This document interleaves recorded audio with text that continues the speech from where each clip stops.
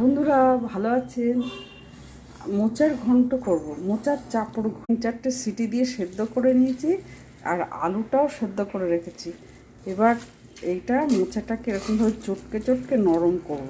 এবার এই মোচার সঙ্গে আলু, সেদ্ধ আলু আর এই যে ধনে আর জিরে, এগুলো সব মশলার সঙ্গে একসঙ্গে চটকে নেব।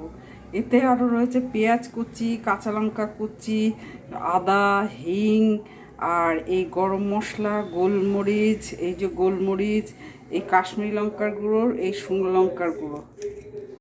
এবার একটু গুঁড়ো দিলাম মিষ্টি, আর এই নুনটা দিলাম, দিয়ে এবার চটকাও। এবার এই মুগ ডাল আছে, আর এখানে এই যে সাদা সাদাগুলো, হলুদগুলো মুগ ডাল, সাদা সাদাগুলো তিল, আর এটা চিনাবাদাম। 4 চামচ মুগ ডাল, 2 চামচ তিল, আর 1 চামচ চিনাবাদাম আছে। এইটা এর ভিতরে দিয়ে পেস্ট করব। এবার এই মোচার মধ্যে চালের গুঁড়ো দিলাম, আর এই বাটাটা দেবো, আর এই সর্ষের তেল দেবো। এবার মোচার চাপড় করার জন্য মাখানো তো হয়ে গেছে ভালো করে। এবার অয়েল ব্রাশ করে নিয়েছি। এবার এইটা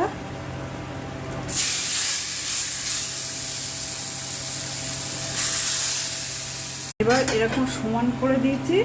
এবার এইটা ঢেকে দেবো। মোচার চাপড় ঘন্ট তৈরি হয়ে